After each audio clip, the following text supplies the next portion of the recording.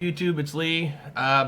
So we've all seen it. The Bill Nye and Ken Ham debate is done and over with, and now that all the hype is over, um, it looks like Bill Nye is the hands down, like landslide winner. So I just thought I'd give a quick take on it. The funniest thing that I noticed is that on the ChristianToday.com website, 92% of the vote on that said Bill Nye also won the debate.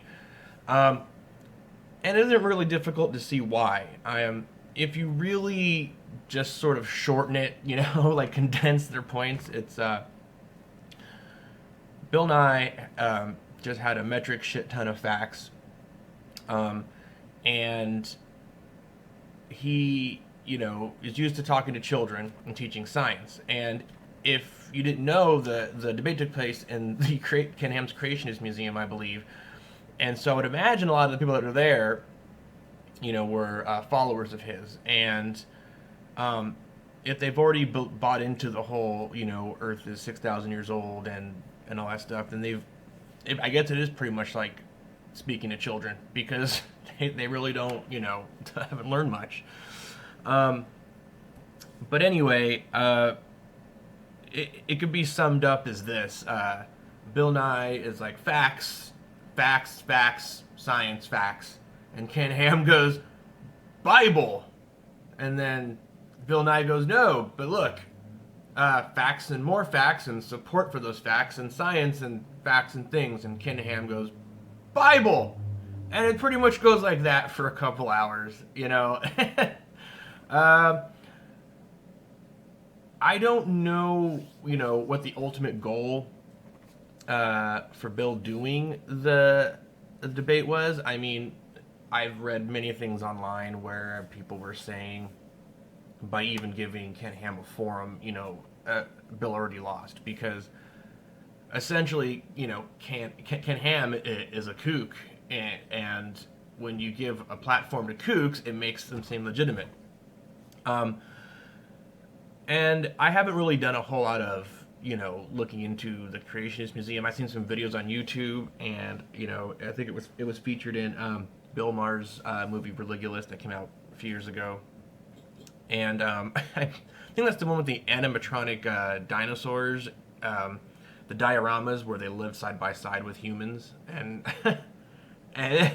and all that. And I guess it was sort of like a real life diorama of, I guess, what the Flintstones would look like if it were real. And it's got like the animatronic statues of with dinosaurs with saddles on them and like little kids riding a T-Rex and stuff. And I don't know how people can buy into this, but anyway, that's essentially the whole debate. The clincher for me was when during the Q&A when somebody asked, what would it take to convince you, to change your mind? And Bill Nye was like, evidence, man. He's like, I think at one point he goes, bring it on. If you got something, let's test it. Let's see let's see if it stands up to testing. And hey, if it overturns something or then great. And Ken Ham is like, yeah, no, since I presume God exists to begin with, then nothing can ever change my mind. Which is really sad because how do you debate someone that is just completely devoid of wanting to, even devoid of thinking of the idea of he could be wrong and having his mind changed. There's just no point.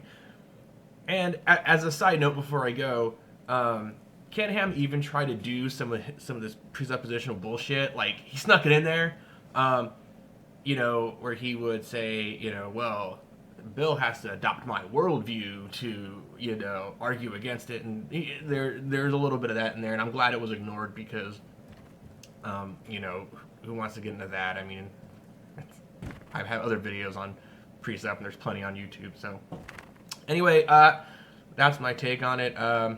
Ken Ham was pretty much the waste of time that I thought he was going to be, and Bill Nye knocked out of the park for me. He explained things very clear and concise, and especially his breakdown of how ridiculous Noah's Ark would be, as we all know it would, and Age of the Earth with the layers and the sediments and stuff. So anyway, YouTube, I'm out. See you soon. Bye.